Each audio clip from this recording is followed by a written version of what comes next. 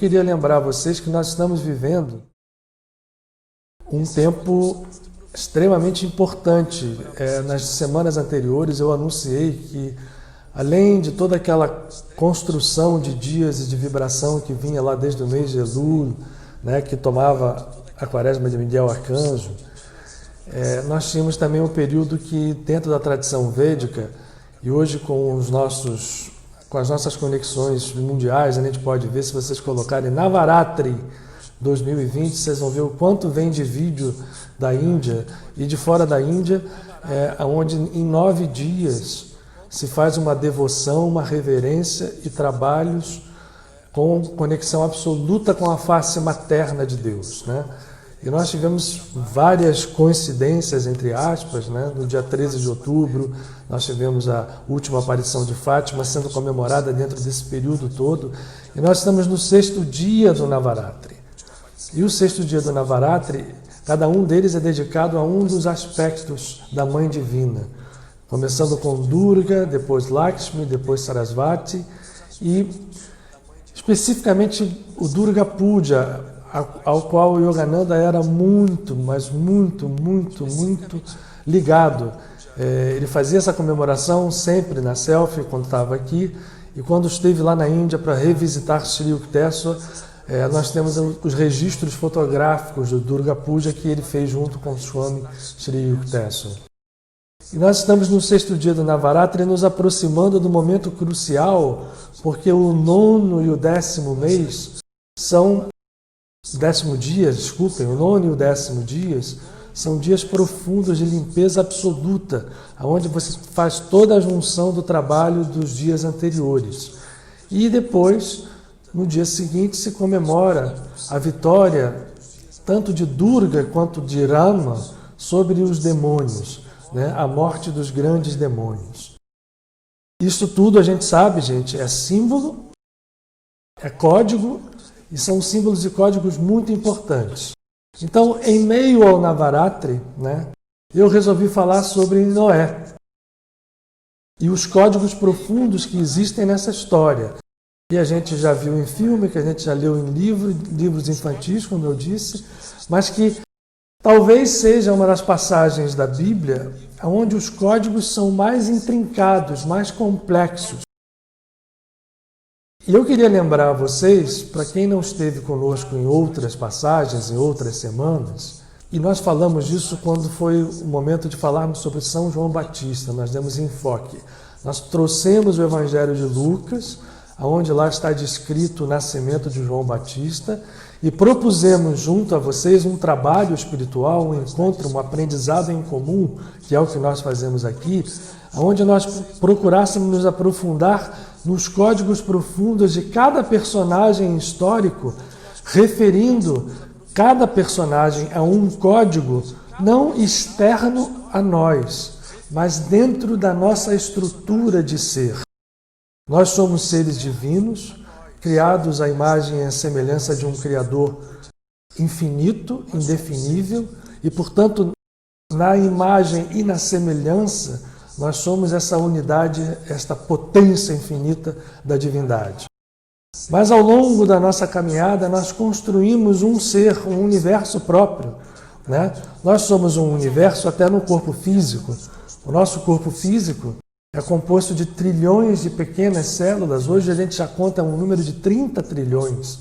Olha esse número de pequeninos seres que compõem uma organização que é comandada pela nossa identidade pessoal, pela nossa mente. Nós temos outras estruturas que carregamos junto conosco. O nosso ser espiritual, o nosso ego, né, que no pecado original abraçou, né, e trouxe para si, trouxe para sua concepção a ilusão de estar separado do Criador, e esse ego que se achou separado passou a criar ídolos, né, para representar a divindade. Então nós somos um apanhado de estruturas diversas, de personalidades diversas, de aspectos diversos dentro do nosso inconsciente, principalmente dentro da nossa mente inconsciente, e isso nos compõe.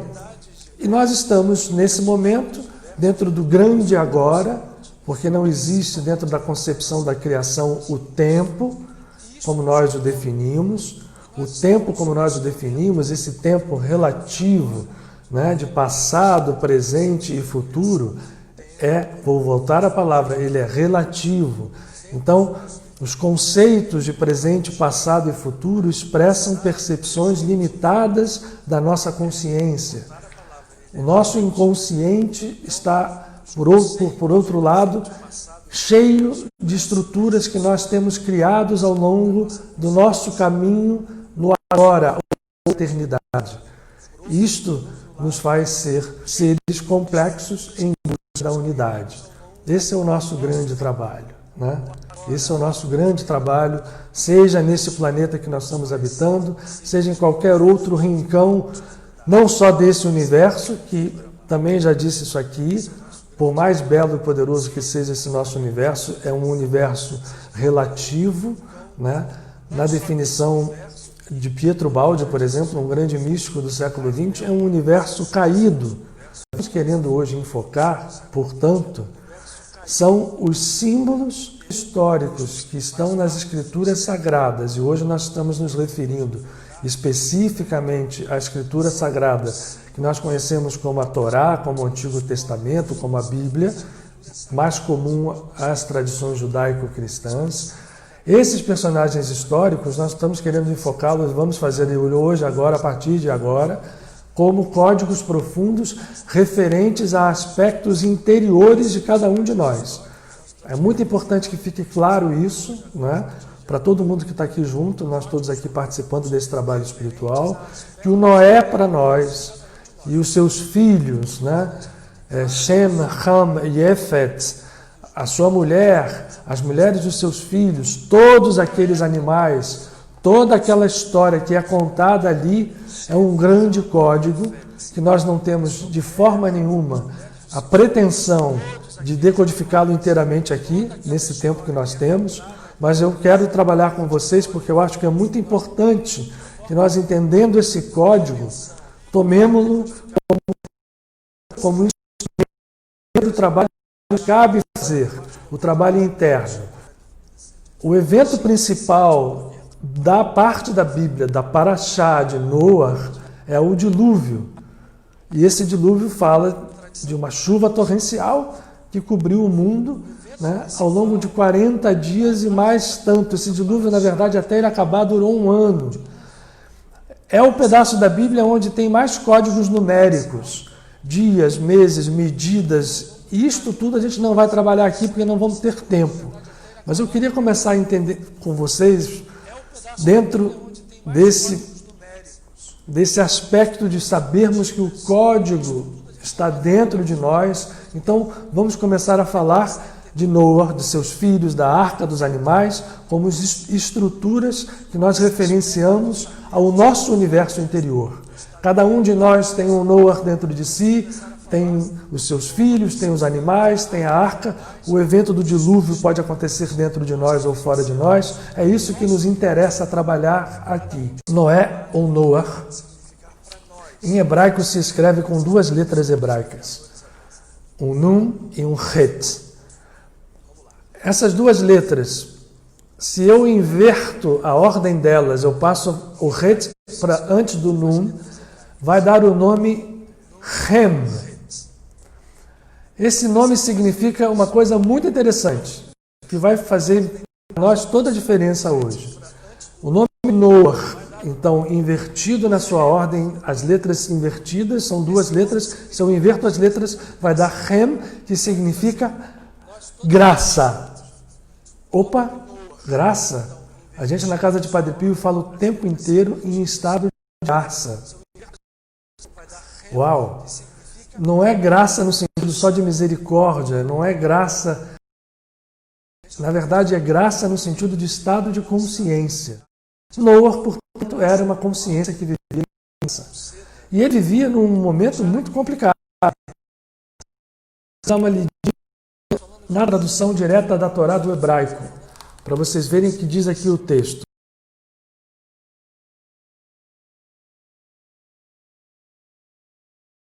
Essas são as gerações de Noé, e ele foi um homem justo, perfeito nas suas gerações, e com Deus andou Noé. Deus viu a terra e eis que estava corrompida, porque tinha corrompido toda a criatura o seu caminho sobre a terra. E disse Deus a Noé: o fim de toda a criatura veio perante mim, porque se encheu a terra de roubo por causa deles, e eis que farei perecer juntamente com a terra. Olha, antes disso, ele vai falar umas coisas que nós vamos contar aqui, porque ele diz que estavam cheios de gigantes e de seres. Isso aqui não dá uma conversa, isso dá muitas conversas em um seminário. Eu quero começar daí, porque quando ele diz que a terra estava corrompida, nós temos que, olhando para os símbolos nossos, se a gente for olhar para fora, está certo, hoje o mundo também está vivendo um momento muito complicado, então vale para fora também. Mas olhando nos códigos internos, quando a gente fala que a terra estava corrompida, significa que dentro de nós, dentro do nosso mundo interior, existe aqui todo um conflito de estruturas. Se nós fizermos uma pequena autoanálise, nós vamos ver quantos egos existem dentro de nós. Para aqueles que acreditam em vidas sucessivas, em personalidades que se incorporam, que se encaixam, em estruturas que se conectam, nós somos um ser que é um Noé. Ele tem lá dentro de si o estado da graça, mas vejam que não é o Noé como está, eu preciso inverter a letra. Então, o estado da graça está oculto dentro de Noé. Se eu fizer as duas letras invertidas, vai dar Rem, que é graça. Mas eu preciso inverter, senão eu vou ler Noé. Noé, portanto, somos nós, um homem justo, um homem bom, mas que vivia em meio a uma terra corrompida. Então, dentro de cada um de nós, homens e mulheres que habitamos o universo e o planeta Terra, existe um Noé que possui um estado da graça oculto, e eu preciso encontrá-lo, nesse caso, invertendo o nome. Mas que à nossa volta existe todo um mundo corrompido. Ou seja, nós temos dentro de nós um universo que precisa ser trabalhado. É interessante que a gente vai ver nessa passagem da Bíblia que o nome de Deus aqui é citado como Elohim, e só vai aparecer Elohim o tempo inteiro. O Elohim é um dos aspectos de Deus mais rigorosos. Então nós estamos falando que nesse momento que nós estamos vivendo, né, nós podemos nos identificar plenamente com tudo aquilo que está descrito ali. O nosso ser é Noé, e o nosso ser é o mundo que está à volta de Noé. E o que Elohim resolve fazer? Eu vou destruir isto tudo. Eu vou fazer isso, e descreve o que vai fazer, e manda que Noé prepare a arca. Bom, vamos lá. Eu falei para vocês que tem números à beça dentro dessa passagem. E é verdade, Noé, nesta hora, tinha 600 anos. Uau! 600 anos. Significa 100 vezes 6. E 6 é o dia no código da criação em que foi criado e que pode ser recriado. O sexto dia foi criado o homem macho, e Deus viu que era bom, é o sexto dia. Noé já tinha vivido 100 vezes 6 dias. E, portanto, ele tinha lá dentro um estado de graça, sim. E ao lado dele, todo aquele mundo corrompido. Assim somos nós. Dentro de nós existe o Noé, que está oculto, e aí ele precisa trabalhar para virar Rem, para virar a graça. E que trabalho ele vai fazer? O que Deus diz para que ele faça? Uma arca. Uma arca, e dá as medidas da arca, as medidas são todas precisas. E que ele traga para aquela arca um casal de cada um dos animais que vivia sobre a terra e toda a sua família. Quem são os animais e quem é a família de Noé? Apresentam também os nossos aspectos, com todas as suas características. E os homens, as figuras humanas que vêm para dentro, são a família de Noé, os seus 3 filhos, a sua mulher e as mulheres de seus filhos. Vamos lá comigo que esse código ele precisa ser bastante prestado atenção. Esta arca tem 3 andares. A sua família, os animais e provisão para que eles pudessem se sustentar no período do dilúvio, porque ele avisa muito antes. A tradição fala que Noé ficou construindo esta arca durante 120 dias. Novamente aparece o número 12, que e são as constelações zodiacais, que é considerado dentro das tradições espirituais como a grande roda kármica, onde nós temos que caminhar. E Noé faz 120 dias, ou seja, 10 vezes 12, 10 vezes a roda do karma. Ele passa construindo a arca. Essa arca se chama, em hebraico, Teivá. Eu vou usar essas duas palavras hebraicas só hoje, tá? Não se assustem. Noah, que invertido vira Hem, que é graça, e Teivá, que é a arca. E esta palavra Teivá tem um outro significado muito interessante. Em outras passagens da Bíblia, e principalmente na passagem que Moisés é salvo do decreto da morte dado pelo faraó, a palavra Teivá significa palavra. Então, arca e palavra, dependendo de onde elas estão dentro do texto, podem ser significados pela mesma palavra. A palavra Teivá em hebraico significa arca e significa palavra. Então, o que Elohim manda que Noah, que é aquela chama oculta que tem dentro de nós de um justo, de alguém que é divino, que precisa só inverter as suas letras para que isto apareça. A palavra é criadora. Todo mundo sabe disso, do poder da palavra. E a palavra está criando todo o tempo, todo o momento. Nós somos criadores com palavra a todo momento. Quando nós falamos, nós estamos criando. A palavra abracadabra. Porque a palavra espelha o que vem de dentro de nós. Espelha o que vem do nosso coração. Espelha o que vem da nossa mente, da nossa emoção, da nossa energia. A palavra é a porta de entrada no mundo físico das energias sutis que compõem as estruturas mentais, ainda invisíveis e desconhecidas da ciência comum.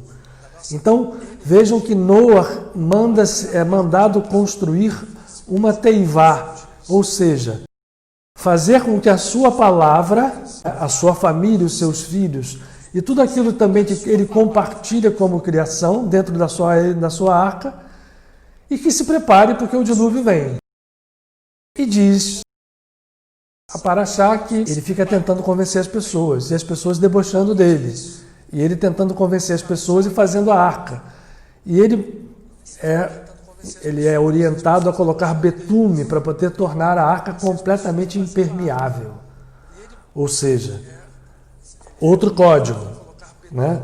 Quando vier o dilúvio, a sua palavra, que é a arca, tem que estar impermeável a tudo aquilo que vai atingir de fora. Ela tem que se manter plena. E o que vai acontecer então? De repente, do nada, começa o dilúvio.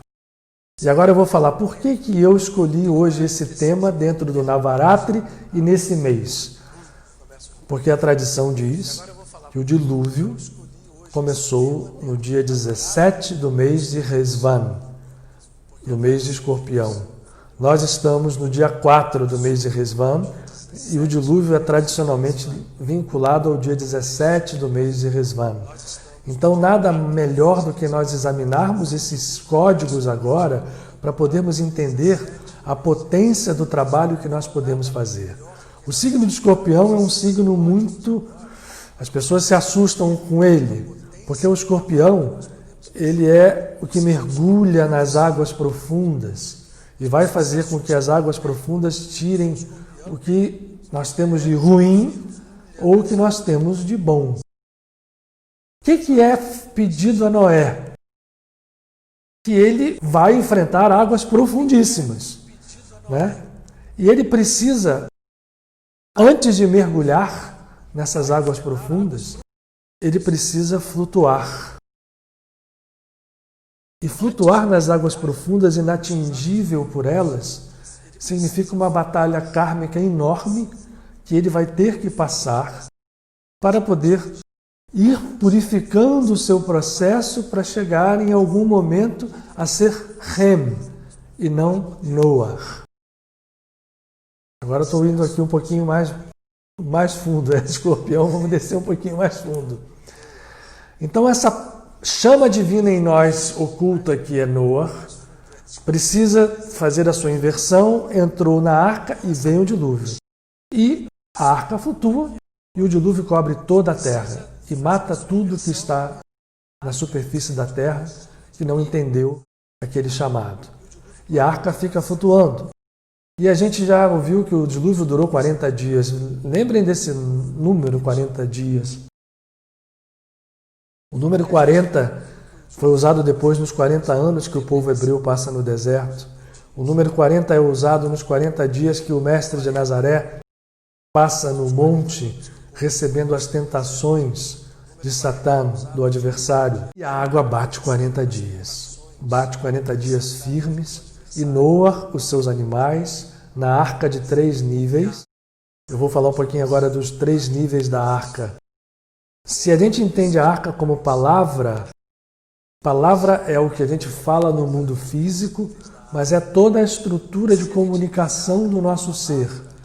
E, portanto, dentro da nossa palavra, os 3 níveis que estão ali são o nível consciente, o nível inconsciente no sentido profundo e o nível superconsciente. Esse nível superconsciente é onde está guardada toda a provisão e todo o alimento. O nível inconsciente, no sentido das lutas que nós temos, é onde estão os animais. E o nível consciente é onde está vivendo Noah com a sua mulher, com seus 3 filhos e as 3 noras. Né? Então, se a gente soma 3 filhos, 3 noras, a sua mulher e Noah, vamos chegar ao número 8. 8 é a transcendência do 7. E aí, o número 7 é muito usado também, porque depois dos 40 dias, e antes dos 40 dias, Deus ainda espera 7 dias antes de disparar o dilúvio. Significa o seguinte, etapas de criação. E Noé aproveita isso e a população à volta não aproveita. Dentro dele estão guardados ainda os seus instintos, todas as suas estruturas em potencial, aquelas que a gente já trabalhou, que estão lá no profundo, e aquelas que vão nos alimentar. Tudo que está no nosso inconsciente é abarcado pela arca, ou pela palavra, pela teivá. E Noah resiste bravamente com todos os seus companheiros que estão naquela arca, animais e família e alimento, até que depois de 40 dias o dilúvio para. Mas a tradição nos fala que depois que o dilúvio para, as águas vão baixando, aparecem os montes, ele fica em cima do Monte Arará, e aí ele começa a pensar, será que tem alguma terra firme agora à volta? Né? E aí todo mundo conhece a história. Primeiro ele manda o corvo, e o corvo vai e volta, e o corvo vai e volta. O corvo é um animal também que é código profundo.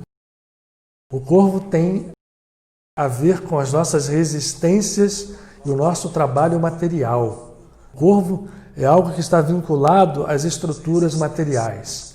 O de Noah ainda é ligado aos processos em que nós acreditamos quando estamos nos achando separados do Criador, como estamos agora nos acreditando separados do Criador, aos processos que nós acreditamos eficazes. Então, o corvo codificado ali simboliza isto. Eu vou usar meios materiais para alcançar o que eu preciso. O único meio material que eu precisei foi a teivá, foi a arca, foi a palavra. Vejam o código que está aí. Eu, sim, atento para o meu mundo interior, para o potencial que está dentro do meu consciente, do meu inconsciente e do meu superconsciente, somando todas as estruturas do meu ser que estão ali. Se eu atento para isso e vou usar a palavra, apenas ela, como meio de criação, eu consigo me conectar a estruturas reais, mais profundas e, na verdade, de onde nós viemos e aonde nós perdemos a conexão. A água, esse elemento que simboliza o planeta como um todo, que simboliza o nosso corpo humano, que simboliza o plano físico, ela pode ser tanto doce, como a doçura materna, como pode ser revolta num dilúvio ou num maremoto. Ela vai responder aos nossos movimentos. E aí mais um código. Esse Deus que tem falado a Noah, né, que eu falei até agora, Deus, Deus, Deus, Deus, nós podemos codificá-lo também como a própria natureza divina em nós, sobre o nome Elohim, nos apresentando a dureza kármica que nós mesmos estamos criando. Então, quando todo o povo roubava, se corrompia, significa a criação que nós estamos fazendo vai receber de volta, pelos meios materiais do dilúvio, que encheu a terra toda e matou todo mundo, e pela palavra da divindade de Elohim, que está dentro de nós, funcionando a divindade como um executor kármico, como diz na Kabbalah, com rigor e com justiça. Noah, que tem dentro dele a graça, que é o que nos consegue libertar do karma, mas invertida, porque as duas letras estão invertidas, lembrem bem. Noah é Nun Het e Hem, que é Het Nun. Hem significa graça. Noah faz a Teivá. Noah faz com que a palavra, e agora nós estamos entendendo o que seja a palavra, é todo esse poder que nós temos da mente, da emoção, a energia interior nossa está exemplificada, está codificada na Teivá. Vamos lembrar do Evangelho de João. O Evangelho de João diz, no princípio era o Verbo, e o Verbo era Deus, e o Verbo estava unido a Deus. E foi através do Verbo que foi tudo criado. O Verbo é a Teivá. Então, nós temos dentro de nós o poder criador do Verbo. E nós precisamos retornar ao princípio. Por isso é que a gente fez esse trabalho todo durante Elul e Tishri, para retornarmos ao princípio criador, ao potencial divino que nós temos, ao poder que nos liberta dos karmas. Porque esta lei kármica que gerou o dilúvio é uma lei secundária. E nós não precisamos estar mais amarrados a leis secundárias, nós podemos nos libertar. Esses são os tempos que nós estamos vivendo, e eu tenho repetido isso aqui enfaticamente. São tempos de libertação. E aí, quando acaba o dilúvio, porque Noah constrói uma Teivá perfeita, enche a Teivá com tudo aquilo que ele tinha até agora convivido, animais, família, e no momento que o dilúvio cessa, pousa-se sobre o Monte Arará, ainda se passa mais alguns meses. Então, entre o início do dilúvio, isso tudo é código, tá, gente? Código interior. No mês de Escorpião, no mês onde a gente se defronta com o nosso inconsciente e que nós precisamos organizar isto para trazermos a beleza que existe dentro de Escorpião. No mês de Resvan, do dia 17 do mês de Resvan, vai se passar um ano inteiro entre a chuva, a baixada do mar, o pouso no Monte Ararat. Veja que a arca pousa em cima de um monte. E fisicamente esse monte tem 5.000 metros de altura. É um dos montes mais altos da Ásia. Então olha o código que está aí. Eu precisei ter um dilúvio que fez com que a minha palavra me fizesse flutuar, mas quando ela desceu, e a água desceu e ele foi mergulhando, né? Teoricamente ele mergulharia, ele pousou no alto de um monte de 5.000 metros de altura.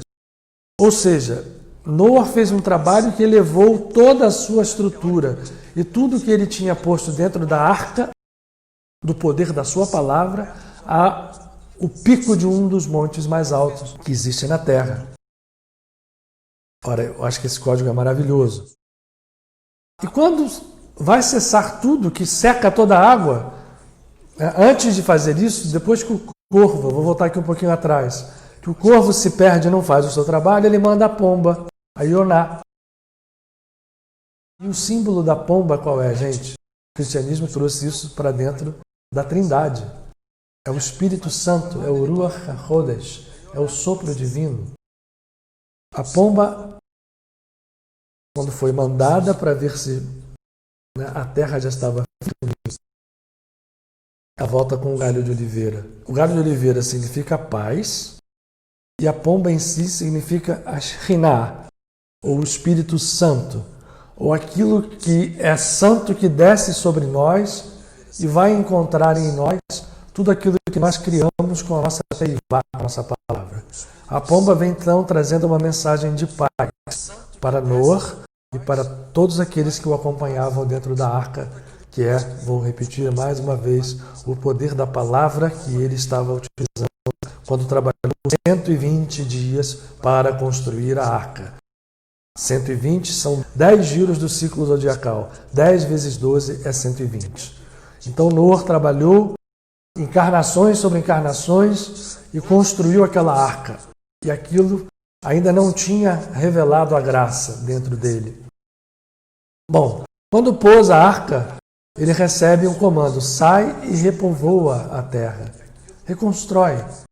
Vai com seus filhos, com suas noras, com sua mulher, com os animais, oferece os sacrifícios e daqui para frente a terra, eu pretendo, diz Elohim, que a terra seja paz, que a terra seja abundância, que a terra seja diferente daquilo que foi até que viesse o dilúvio. A história é longa, os filhos vão sair e se vocês forem olhar na Bíblia, já vai ser descrito as gerações de cada um dos seus filhos. Só que nós vamos ter aqui um outro detalhezinho, gente. Os 3 filhos de Noah chamavam-se Shem, Ham e Efet. Cada um deles teve filhos. A tradição diz, a terra foi toda repovoada. O código fala, repovoou-se toda a terra com tudo aquilo que nós, agora estou voltando para nós, né? Nosso ser que passou pelo dilúvio kármico, que conseguiu construir com a palavra nossa, em 120 dias, uma arca, que é a Teivá. Com a palavra construiu essa arca que flutuou, foi para o monte. Tudo está legal, está muito, muito bom, muito bom. Só que Noah não se tornou Ham. Ele continuou sendo Noah. E, portanto, o trabalho egóico precisou continuar a ser feito. Quando os filhos começam a ter filhos, Ham vai ter um filho chamado Canaã. Esse nome vocês já ouviram, né? Porque eles vão dividindo a terra e tem uma terra chamada Terra de Canaã. Só que, logo depois que essa história faz, o Noah, depois que já secou, que os seus filhos começam, né, a construir as suas vidas, já saíram da arca, ele planta uma vinha. A videira cresce, ele ouviu as uvas ali, fez das uvas um vinho, e se embebedou. Uma bebedeira para valer. E cai bêbado no chão. Quando cai bêbado, as suas roupas caem do lado, ele fica completamente nu. E aí o que acontece? Um dos seus filhos vai e vê Noah nu. E ao vê-lo nu, chama os seus 2 irmãos, Shem e Efet, ou Jafet, e contam os 2 para eles que tinham visto. E os 2, o que fazem? Não, vocês fizeram errado, vocês foram olhar uma nudez do nosso pai e do teu avô, e eles cobrem, pegam as vestes de Noah e de costas, sem vê-lo, jogam para cima a veste para cobri-lo. Isso é um código, caramba, né? Vou ver se eu consigo ser feliz da gente trabalhar em cima desse código. Quando Noah acorda da bebedeira, ele fica sabendo que Ham e Amós tinham visto nu e ele amaldiçoa. Ele abençoa, que significa nome. O nome está ligado à palavra. Abençoa Yefet e amaldiçoa Canaã. Ele não amaldiçoa nem Ham, ele vai amaldiçoar Canaã. E nós vamos ver que Canaã tem nos seus filhos, um dos filhos de Canaã se chama Mitzraim, que é um dos filhos de Canaã se chama Mitzraim, que é o nome codificado para Egito. Restrição, aperto. Ora, gente, vamos tentar decodificar. Noah pegou a vinha, que é um fruto simbólico extremamente importante, usado inclusive pelo nosso mestre de Nazaré, Jesus, que começa a sua vida transformando água em vinho em Canaã, em Caná, e depois vai fazer do vinho o símbolo no Seder de Pêssar do sangue ou da natureza crística que ali estava para ser derramado, para que o pão pudesse ser comido. Nós estamos falando de outros códigos que eu vou voltar aqui para a gente ver como está tudo ligado, gente. Tudo está ligado e tudo é uma coisa só. Quizá um dia nós possamos olhar com toda a amplitude a beleza dessas escrituras nos seus símbolos mais profundos. Ele amaldiçoa Canaã porque diz: aonde você vai ficar vai ser uma terra maldita. E esta terra vai ser uma terra de sofrimento, terra de dor, porque você descobriu a minha nudez.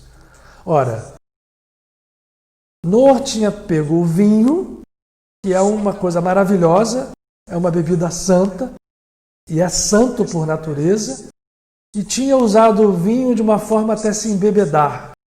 Isso significa o seguinte: o vinho, que é a estrutura que representa todo o poder do mundo material, se ele for usado errado, se o poder do mundo material, se as energias materiais forem usadas erradas, eles vão nos levar à bebedeira. E Noé, naquele momento, dá essa escorregada e utiliza o vinho, ele planta a vinha e bebe aquele vinho até se embriagar. Ele não fez como depois Abraão, eu vou citar daqui a pouco no final Abraão, e Jesus de Nazaré, não fizeram do vinho o que ele é, o código da estrutura que nos liga a um corpo e a uma natureza divinas. Este é o meu sangue, o sangue da natureza crística, que já era reverenciado em toda a tradição hebraica, desde Abraão, quando encontra Malquisedeque. E esta terra de Canaã vai ser realmente, Canaã vai para lá e vai ser uma terra que vai ficar ali meio... Quem é que vai à terra de Canaã e vai receber esta terra como herança? Abraão. A Torá é dividida em parashotes, ou em porções. Nós estamos falando de Noé, e Noé aparece no Gênesis, lá no primeiro momento, e aparece na porção chamada Noé, que é a que nós estamos olhando mais aqui. E no final da porção de Noé vai aparecer, depois que as gerações vão dando dizendo quem é filho de quem não, aparece a Torre de Babel, da qual nós não vamos falar, porque por si só já é um código extremamente profundo, difícil de analisar. A gente tem que entrar aqui em conjecturas que muita gente não estou dizendo que vocês, pelo contrário, mas a gente precisaria de tempo, precisaria de tranquilidade para trabalhar esse tipo de entendimento. Mas é citada a Torre de Babel nessa passagem e depois aparece o pai de Abraão, Tera, que é filho de Babel, é filho de Ur. E o nascimento de Abraão, o crescimento, o casamento de Abraão com Sara, preparando o chamado de Abraão na porção seguinte. Eu trouxe Abraão agora para cá e vou trazer Jesus, porque a gente precisa entender, já que nós construímos a história do símbolo, do código, estando em Noé, eu vou tentar repetir para vocês aqui. Noé tem dentro do seu próprio nome, invertendo as letras, o conceito do estado da graça. Esse estado é o estado do qual nós somos criados e do qual nós não somos separados jamais. Nós pensamos que somos, nos iludimos que somos. Estamos cometendo, portanto, a separação ou o pecado original. Nós estamos vivendo em pecado original. O batismo que nos livra do pecado original não é um ritual material pura e simplesmente de qualquer igreja. O batismo é o mergulho que nos faz mergulhar em água, seja, portanto, água simboliza as vivências kármicas, inclusive as do dilúvio, e nos faz mergulhar no fogo sagrado, que vai fazer a nossa revivescência final, reconstituindo a nossa unidade, a nossa essência original, que é a graça. Mas Noé tinha dentro dele a graça e era um justo. E ele era alguém que trabalhava dentro da linha kármica muito bem. Noé é um justo que trabalhou, tinha 600 anos quando fez a arca. 600 anos. Olha o símbolo, olha o código. 6 vezes 100. 6 dias, a recriação. 100 são 10 vezes 10. São as 10 firotes da árvore da vida. Ora, fez o seu trabalho direitinho, usou a palavra teivá, construiu a arca, que também é teivá, que é a palavra. Palavra é teivá. E a palavra arca é teivá. Eu estou voltando só atrás para a gente chegar ali em Jesus. Ele resistiu ao dilúvio, ou seja, passou pelo mar kármico. Quando vem o dilúvio é quando o karma está complexo, quando vem aquilo tudo, né? Como nós estamos vivendo. Hein? Agora, eu estava falando até então só de coisas dentro de nós. Mas vamos olhar um pouquinho para fora, porque o que está fora é o que está dentro. Olha para o mundo aí fora. Não está cheirando ao mundo pré-dilúvio? Não estou querendo dizer para vocês que vai aparecer nenhum cataclisma, nem coisa nenhuma. Ninguém sabe disso. Quando falar de Jesus, eu vou dizer isso. Ninguém sabe se, quando e como. Porque esses processos são quânticos, para a gente falar nisso. São futuros superpostos. Infinitas possibilidades que podem ser mudadas até a última hora. Então, mas nós estamos vivendo, se a gente olhar para fora, se a gente projetar o que nós temos dentro de nós para fora, isto é o mundo que nós estamos criando, a gente está vendo que tem um dilúvio kármico aí. Mas Noé, dentro de nós, saberá construir a arca, saberá usar a palavra, saberá trazer para dentro tudo aquilo que nós temos de companheiros, que são as nossas personalidades, são os nossos animais, é a nossa família, é o nosso sustento, é o nosso inconsciente. A volta de Noé, a volta da centelha da graça. Mas aí, tem momentos que a gente pode cair até de muito alto. E Noé, quando plantou a vinha, e ele plantar a vinha não tinha problema nenhum, ele fazer vinho não tinha problema nenhum, ele tomar vinho não tinha problema nenhum, só que ele se embebedou de cair e descobriu a sua nudez. E quando um filho seu, que é Canaã, somos nós, descobriu a sua nudez, ele foi amaldiçoado, ou seja, o karma voltou com força. E Canaã vai se estruturar numa terra que é uma terra que só vai ser rediviva quando Abraão, novamente um código, e a sua descendência vai reconstruir o processo, até que apareça a consciência crística, plena em Jesus de Nazaré, mas ao mesmo tempo nos mostrando como esta consciência crística esteve presente em todos os personagens que o antecederam. Em Noé, que a gente liberta-se do dilúvio e chega ao estado da graça. A obra de Noé teria sido perfeita se ele não tivesse plantado aquela vinha e tomado aquela bebedeira. Acabou que então Canaã teve que ser amaldiçoado porque viu a nudez. É o nosso ego olhando, enfim, a nudez da nossa centelha que estava oculta, porque Noé ainda não era a plenitude da graça. A plenitude da graça é Hem, é o seu nome invertido. Né? E aí vai aparecer o personagem no final da Paraxá, Abraão, filho de Tera. E o que vai ser estudado na passagem seguinte chama-se Lech Lechá. Quem foi na casa de Padre Pio deve lembrar que a tradução de Lech Lechá não é sai da tua terra, é saia de ti. Ou seja, Abraão é convidado, Abraão também é o nosso ego. Né? Tudo isso aí são estruturas do nosso ego. Nosso ego é um ser partido. Nós estamos unificando tudo na consciência crística. Estamos mesmo, ainda que a gente não saiba.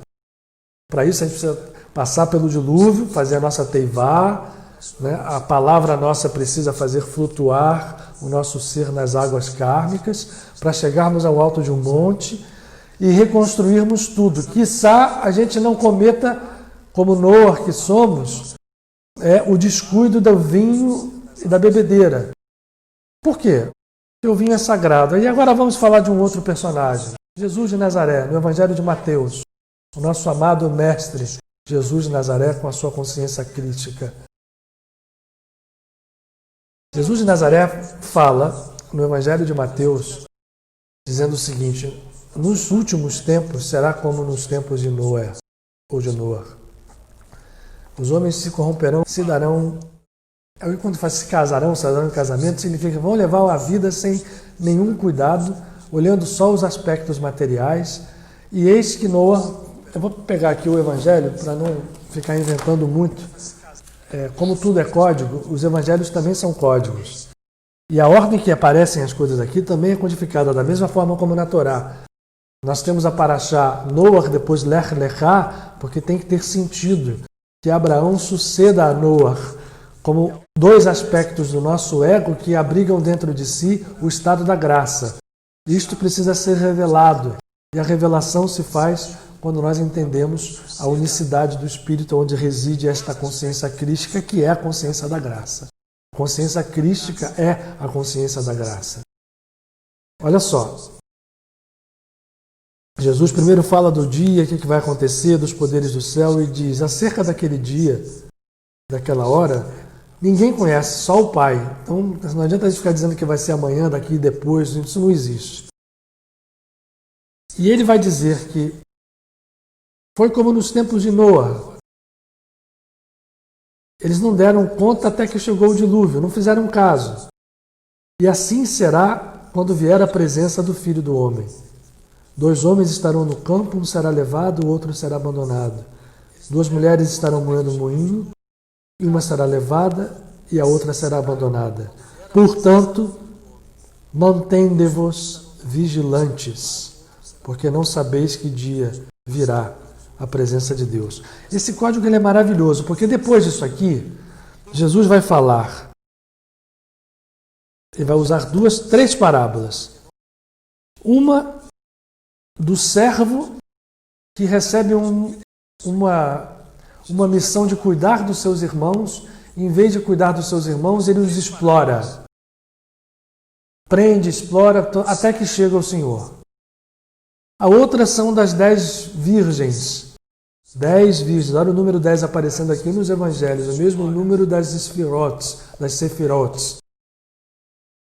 E que quando chega o noivo, 5 dessas virgens estão desligadas e perdem a chance do casamento.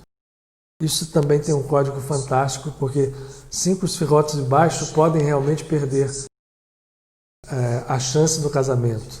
Aquelas que nos se ligam mais aos universos físicos. E depois vai falar da parábola dos talentos. Esta sequência é muito importante. Por quê? Porque Jesus também falou em códigos. E quando ele diz que nos tempos de Noa ninguém ligava até que veio o dilúvio, significa o seguinte: nós hoje aqui continuamos fazendo como se fazia lá, infelizmente, apresentando e vivendo só dos aspectos materiais da nossa sociedade. A sociedade, e aí seguindo na parábola, ele diz, vocês recebem missões, vocês recebem, enfim, instruções e vão fazer ao contrário, vão explorar os seus irmãos, vão oprimir os seus irmãos, vão viver em orgulho, em vaidade, em egoísmo, vão se distanciar. Quando a presença vem, o que é a presença? É exatamente aquela centelha divina que busca espaço dentro de nós. Quando ela chega e não encontra espaço, o que acontece? O karma bate pesado. Todos os anos, e esse ano a gente fez isso agora há pouco tempo, na Quaresma de Miguel Arcanjo, no mês de Elul, nós temos a oportunidade de acordarmos, porque ele fala, vigiai. E aí parece uma vigilância, tipo um guarda na guarita vigiando alguém para chegar. O código mais profundo dessa passagem não é esse. Vigilar, vigília, significa estar desperto. Então, o que o Cristo, a consciência crística em Jesus de Nazaré está nos dizendo? Ou vocês despertam a consciência crística em vocês, estejam abertos para que, quando vier o dia do Senhor, a nossa consciência crística vai se fundir com a consciência cósmica universal e nós vamos despertar definitivamente, vamos nos transformar em outros Cristos. Este é o grande objetivo nosso evolutivo, é nos transformarmos em seres que expressam a potencialidade divina, a imagem e semelhança em toda a plenitude. Então, o que está acontecendo? Por isso que Jesus fala, é como no dia do dilúvio, vocês não estão nem aí. Aí vem o dilúvio, vem o karma da forma que ele tiver que vir. E aí depois ele segue com uma parábola. É mais ou menos assim. O Senhor deu missões a todos, instruções, e o que se fez? Os servos pegaram os seus irmãos e começaram a explorar, começaram a escravizar, começaram a oprimir, fizeram tudo ao contrário. E de repente, quando vem a centelha crística, não encontra nada além de confusão e mais uma vez o karma vai ter que girar. Mas, enfim, internamente e na nossa vida dentro desse universo infinito que nós somos, no qual nós somos habitantes. Portanto, o que é que nós temos que fazer? Nos manter vigilantes. Mas não é estarmos vigiando contra uma coisa fora, né? Lá vem um senhor nos pegar. Estarmos vigilantes é estarmos absolutamente despertos, acordados. Vigilar é isso, no estado de vigília. Qual é o estado de vigília? Médicos aqui que estão nos ouvindo sabem, né? Se está em estado vigil ou se está em estado de sono. O estado vigil é estar acordado. E acordado nós devemos estar para que quando vem a presença divina, essa presença divina se funda conosco e se dê o sagrado casamento. Aí Jesus vai continuar, se vocês forem lá no Evangelho de Mateus, no capítulo 24 e 25, vocês vão ver o que eu estou falando. 24 e 25 de Mateus. Ele segue com uma outra parábola, a parábola das 10 virgens, que é exatamente um casamento. Esse casamento que nós vamos estar acordados na nossa alma santa, nossa alma virgem, precisa casar com a presença divina para que nós nos fundamos e não haja mais dualidade conflitada em nós. E a divindade em nós apareça em toda a sua plenitude. A parábola das 10 virgens diz: 10 virgens, 5 eram prudentes e acenderam a sua própria luz. Pegaram óleo e acenderam. Outras ficaram ali. Aí quando o noivo estava chegando, assim, me dá um pouco do seu óleo. Assim, não, vai na vila comprar. Vai na vila comprar. Quando volta, o noivo já tinha fechado a porta, já tinha casado com 5 e 5 ficaram de fora. Essa é uma das parábolas muito interessantes de Jesus, porque mostra que os aspectos internos nossos, se não fizermos o trabalho de mantermos a nossa teivá, vamos vir lá de Noé, né? Flutuando com a nossa palavra, com todo o nosso ser, construindo coisas harmônicas, se não nos deixarmos enganar, igual Noé se deixou plantando uma vinha errada e se embebedando, e aí se nós nos deixarmos enganar, vamos reconstruir tudo com Abraão e chegarmos a Jesus. E Jesus propõe exatamente nós entendermos tudo o que foi posto e codificado nas Escrituras antes dele.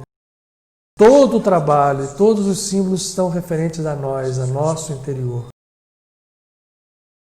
E esse é o nosso interior que precisa ser vivificado. Esse nosso interior é que precisa ser despertado e se manter desperto. E aí depois vem a parábola dos talentos, e que parece haver uma injustiça absurda, porque o Senhor distribui 5 talentos, 2 talentos e 1. E quando ele volta, o que tinha 5 tinha multiplicado em 10, então ele diz, vai lá e recebe os bens que são teus e os meus. O de 2 multiplicou, ele diz, vai. E aquele que tinha 1, disse assim, olha, eu fiquei com medo porque você é muito poderoso, eu enterrei na terra e estou te devolvendo esse talento. E ele fala assim, pobre de você, porque vai agora daqui, tira esse talento dele e dá para o que tem 10. Se a gente entende que isso tudo está se falando dentro de nós mesmos, isso tudo é código para entender os aspectos interiores, nós não podemos nos deixar levar e enganar. Enterrar o talento na terra significa colocar o nosso potencial divino, todo ele depositado na terra, nos aspectos materiais, nas forças materiais, nos conceitos materiais, na sociedade que hoje está falida, no sentido completo dela, no seu entendimento, só quem tem olhos de ver não precisa ter muito olho aberto só para ver como nós hoje estamos aí numa sociedade completamente desequilibrada nos seus princípios, né? Cheia de absoluta injustiça. Quem enterra o seu talento dentro dessa sociedade, dentro dessa vida única e exclusivamente dos sentidos, material, esse vai devolver e vai perder o seu talento, ele vai ter que refazer tudo de novo. Então, as Escrituras nos falam, e nós estamos vivendo, por isso que eu escolhi Noa, nós estamos vivendo o signo que nos permite construir a nossa teivá, né? Se nós não fizemos o trabalho, né, até agora, sim, e a tradição fala que a arca foi aberta à janela no dia 10 de Tishrei, que é exatamente o dia do Yom Kippur. E ele faz com que a água vire vinho, o melhor dos vinhos. De maneira que o vinho também, se ele pode embebedar, ele pode ser a própria natureza crística em nós. Vejam como aquela história do bem e do mal são coisas que a gente tem que entender como relativas. Todo médico hoje sabe que existem substâncias no vinho que são altamente favoráveis à nossa saúde, em todos os aspectos. Diminuem os índices de afecções cardiovasculares e várias outras, até Alzheimer. Agora, o vinho enxergado e utilizado dentro da harmonia. A pombinha não trouxe a oliveira, que é a paz. Noa entendeu, naquele momento, o raminho da oliveira, mas ele plantou a vinha. Ele preferiu ir plantar a vinha e aí errou e se embebedou. Jesus refaz isso tudo. Abraão já tinha refeito esse trabalho, né? Quando vai da sua terra para a terra de Canaã. A terra de Canaã que tinha sido amaldiçoada por Noa, porque Canaã tinha descoberto a própria insuficiência de Noa ainda era Noa, não era Sem. Canaã precisava ser reconstruída, a terra de Canaã precisava ser habitada pelo povo de Israel, pelo povo que vai direto a Deus. A palavra Israel pode ser dividida em Yashar El. É por isso que Jesus de Nazaré nasce nesse povo, para que esta construção de ensinamentos, de códigos e de ferramentas vibratórias, porque não é só conhecimento passivo, é estrutura que nos permite trabalhar, meditar, fazer uso da teivá, da palavra, nos conectar, nos aderir, nos unir à natureza divina, à presença divina. Essa presença divina, ela precisa nos encontrar prontos, ela precisa nos encontrar despertos. E o trabalho de despertar cabe a nós. Ninguém vai vir nos despertar de fora. Nós precisamos nos despertar. E quando a gente entende isso, aí o fora e o dentro vão se tornando um só. E aí nós vamos poder realmente também despertar outros quando nós entendemos que tudo é um. Enquanto a gente entende que existe fora e dentro, a gente precisa trabalhar o dentro, até que a gente tenha a visão ampla de que o fora e o dentro não estiveram nem jamais estarão separados, porque tudo é um. Vou repetir isso. Tudo é baseado na unidade. Tudo vive na unidade. Nós estamos buscando um tesouro. Todos os grandes mestres nos falam isso. E esses códigos precisam ser trabalhados, porque enquanto nós estamos olhando só a superfície, nós estamos nos afinando só com a superfície. Não significa que seja ruim ou bom. O fato é que o código nos chama à profundeza, à profundidade. E é isso que nos chama o mês de Escorpião. Porque a profundidade primeiro vai nos mostrar o lodo, né? Depois vai nos mostrar o que vai dar origem, aí voltando ao Navaratri, à tradição védica, a flor de lótus, que nasce do lodo. E esse mês de Resvan vai nos trazer possibilidades de usar o lodo como adubo. Mas para isso a gente precisa mergulhar um pouco nos códigos. A gente precisa entender que esses códigos, como aquelas coisas de desenho animado, de videogame, que o cara descobre um negócio e sai um brilho e aquilo dá um poder, esses códigos são mais ou menos isso. Eles nos dão ganhos de poder, são luz. Quando a gente revela um código desse para nós mesmos, quando a gente entende que nós somos seres divinos, e aí nós vamos partir para o trabalho de reencontrar essa divindade em nós, que está oculta em Noah, e vamos ver que toda aquela coisa kármica vai gerar um dilúvio, e esse dilúvio, se nós fizermos a nossa teivá, a nossa arca direitinha, se nós usarmos a teivá, que é a palavra, direito, se nós usarmos a palavra só para o bem, se ela refletir o nosso coração, a boca está cheia daquilo que vai no coração, como disse novamente o Mestre Jesus. Se nós soubermos fazer isto, nós vamos ser criadores divinos. Agora, ao contrário, se nós usarmos a palavra para agredir, para falar mal, se usarmos a palavra levianamente, ela vai continuar sendo criadora. Só que são criações que vão voltar para nós sob a forma do dilúvio. E aí, se nós não tivermos uma arca, se a nossa palavra não foi a teivá, não foi a arca, nós vamos naufragar nesse dilúvio e vamos precisar renascer outra vez, entrar em outros ciclos kármicos, muitas vezes em outros rincões do universo, né? Por isso que se fala das transmigrações planetárias e que as humanidades são transferidas. Isso tudo ainda está muito longe do nosso conhecimento. Quando a gente fala que tem que mergulhar no lodo para nós sairmos do lodo como lótus, é importante que nós tenhamos a perfeita consciência da grandeza da vida que resiste em nós. Existe e resiste. Por mais que nós utilizemos Lashon Hará, porque é assim mesmo. É uma grande lila, se for o caso, mas essa lila, essa ilusão, esse maia, se nós estivermos agregados a ele, em algum momento vai nos cobrar, né? O que nós precisamos ter é a perfeita consciência de que em nós existe um estado de graça imanente e intocável. E para tal nós temos que vencer todas as estruturas kármicas criadas por nós mesmos. Nós temos feito esse trabalho há milênios. E no momento em que a gente tem esta consciência, que a gente abre os olhos, a gente vai passar a controlar tudo em nós, todas as forças que existem em nós. Nós não vamos tomar o vinho para nos embebedar. Nós vamos tomar o vinho para sentir o prazer, para ter saúde, para ter alegria. E vamos fazer como fez Jesus na festa. Jesus começa o seu trabalho num momento alegre, numa celebração de casamento. É o casamento da divindade criadora com a divindade em nós. Casamento significa unir o que estava separado. E hoje, queiramos ou não, nos iludamos ou não, estamos vivendo separados. Nós podemos nos acreditar o máximo.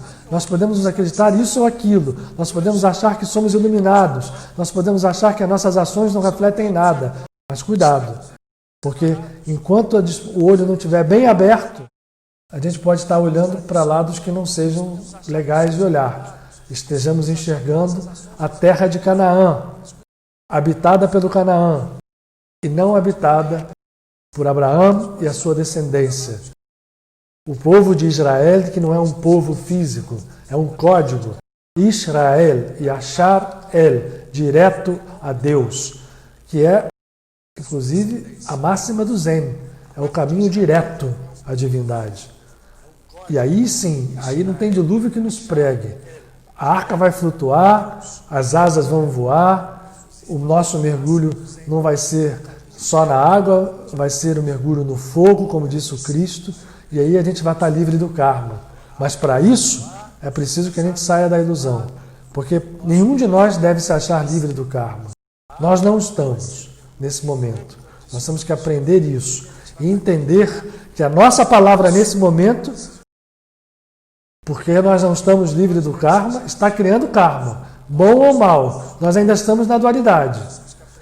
Quando a nossa palavra refletir perfeitamente o estado da graça, como disse Krishna a Arjuna, quando houver o despertar e você estiver unido a mim, aí não haverá mais fruto das ações. Mas para isso eu preciso atingir um estado. Esse estado da graça, ele está plenamente possível de ser atingido. Mas é preciso saber trabalhar direito. É preciso saber trabalhar para entender a aparente injustiça da terceira parábola que eu falei aqui, seguido ao comentário de Jesus sobre Noé. Parábola dos talentos. Se você não entender essa parábola, você vai achar que é injusto. Porque um recebe 5, fica com 10, e aquele que não faz nada em terra perde esse 1 porque tem 10. Vamos aproveitar esses dias, vamos aproveitar esses tempos, vamos trabalhar intensamente, vamos orar, vamos mergulhar em nós mesmos, confiantes que esse mergulho vai se transformar numa flutuação. A nossa arca vai flutuar, e depois quando ela baixar, vai baixar num monte. Vamos fazer com que o Canaã seja logo ligado a Israel. Não vamos seguir tudo aquilo que está ali, porque esse mapa reflete um pouco O agora, onde está o passado, o presente e o futuro, coisas que nós já fizemos no passado, coisas que nós estamos fazendo aqui no presente, mas a gente precisa fazer no agora, além do presente, do futuro e do passado. Esse agora poderoso é o que nós temos que buscar. E ele só se encontra no mergulho da meditação e no mergulho da oração. Quando a meditação e a oração são feitas de forma como devem ser feitas, com a humildade, com o amor, nós indo em direção do divino, aí, gente, a nossa palavra, a nossa ação passa a ser sem geração de frutos, mas plenamente envolta e exprimindo o potencial infinito da graça. E aí não haverá mais dor nem sofrimento. Mas eu preciso saber meditar, eu preciso saber orar, preciso colocar a humildade, o amor, o estado pacífico dentro de nós, o não julgamento. Eu preciso trabalhar para que depois as minhas ações possam refletir isso. Todos nós estamos em meio a isso. E conta-se uma história, eu vou contar um pouquinho aqui antes, né, dentro das tradições talmúdicas, que Noa foi um justo, mas quando essa história de plantar a vinha e se embebedar, reflete uma coisa. Ele construiu a sua arca, colocou lá dentro a sua família e colocou os animais, né? Mas ele não saiu, ele não pediu, não fez um movimento dele para a transcendente divindade, para que Elohim pudesse se transformar em Yud-Kei Vav-Kei, em Yud-Hei Vav-Hei, no nome Hashem, para que a misericórdia que estava dentro dele, a graça, se transformasse em Rachamim, que se compõe da palavra Hem também. Noa não fez isso. Quem fez foi Abraão. Abraão, quando teve à beira da destruição de Sodoma e Gomorra, ele perguntou a Deus, se você encontrar, e foi descendo até um justo, e Deus disse a ele, se houver um justo, eu não faço a destruição. Então isso também para nós é muito interessante, porque a gente não despreze a nossa capacidade com a nossa oração, com a nossa meditação, de contribuirmos para o despertar geral. O trabalho de oração e meditação, ele é unificador. Por ser unificador, ele se transforma em curador, em poder de despertar também aqueles que caminham conosco. Esse é o grande legado de Abraão, né? E que depois vai ser também exprimido em toda a sua potência com Jesus de Nazaré, com a sua consciência crística. E trazendo para nós, né, novamente o símbolo da pomba, da Shekhinah, que traz na sua boca o ramo da oliveira, que é o estado de pacificador. Nenhum de nós pode ser um justo, nenhum de nós pode atingir esse estado de libertação da graça sem que nós sejamos pacificadores. E sermos pacificadores é algo que nos exige atenção, todo o tempo. Então vamos fechar os olhos para a nossa oração. Hoje a gente não vai fazer uma meditação específica, nenhuma visualização. Trabalhemos intensamente com esse poder da Mãe Divina, que nós estamos falando aqui desde a semana passada, e pedirmos, entrando nesse estado, vamos respirar. A respiração nos conecta uns aos outros, através das forças que estão no chakra, no centro do tórax, coração, e aprendendo com esses personagens e com os códigos que residem neles, nós podemos fazer esses mergulhos profundos, encontrando dentro de nós com coragem esse lodo que vai se transformar em adubo. A nossa sombra vai gerar a beleza do lótus, que se alimenta da luz e reflete com a sua beleza a própria luz. O coração é esse ponto, então, dentro de cada um de nós está o candeeiro das virgens sensatas. Nós vamos acender a nossa luz. Vamos só nos conectar, mergulhando dentro de nós mesmos, como se ficássemos pequeninos e entrássemos nesse santuário que está no centro do nosso tórax e possamos ali vivificarmos todo o nosso ser, enxergando Rema, a graça que se manifesta nessa luz do candeeiro e a nossa alma virgem, que não está tocada pela ilusão da separação e, portanto, não existe para ela o pecado, nenhum. A purificação total dos pecados, que significa que nós entendemos que esse pequeno candeeiro reflete a luz poderosa e infinita da presença divina. Vamos respirar fundo e vermos esse candeeiro aceso, uma luz que é intensa, mas não queima, que está no centro do nosso peito. E ali, em reverência, a nossa alma se dirige à Mãe. Essa Mãe que pode ser rigorosa com seus mares revoltos e com seu dilúvio, mas que também possui a doçura e a candura infinita, que nos acolhe, que nos perdoa, e ao perdoar os pecados, nos reunifica como filhos, através do Espírito Santo. Esse é o código do Espírito Santo. O Ruach HaKodesh, o sopro santo, a natureza divina. Essa é a presença, essa é a Shekhinah, esse é o Espírito Santo que vive em nós. E como disse o Mestre de Nazaré, no qual viveu em toda a plenitude a consciência crística, quando eu for, enviarei a vós o Consolador, o Espírito Santo, o Ruach HaKodesh. Eu despertarei nesse casamento sublime todo o potencial de luz que existe dentro de cada um de nós, e nós agora estamos, de alguma sorte, despertando essa luz. Nosso tórax se inflama de amor,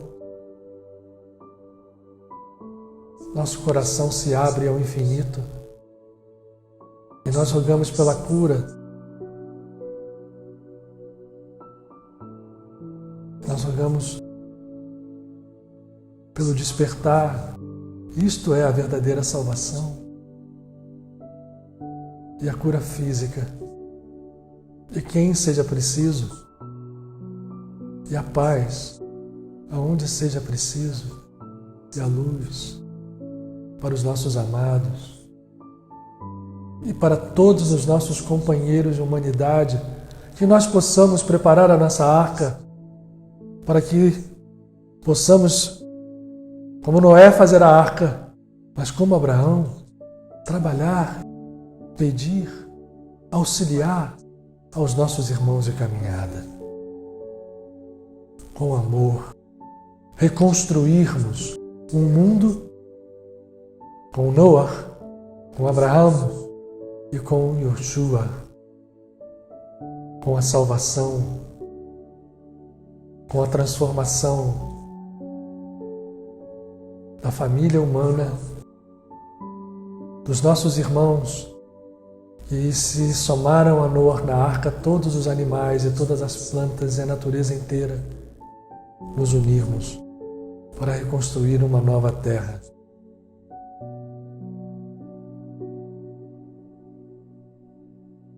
Que a gratidão também nos tome nesse momento, que a paz se manifeste em nós e possa irradiar de nós aonde vá a nossa oração. Todos nós temos pedidos a fazer pelos nossos amados, pelos nossos entes queridos, pela humanidade e por nós mesmos. Gratidão. Que a paz venha. Amém.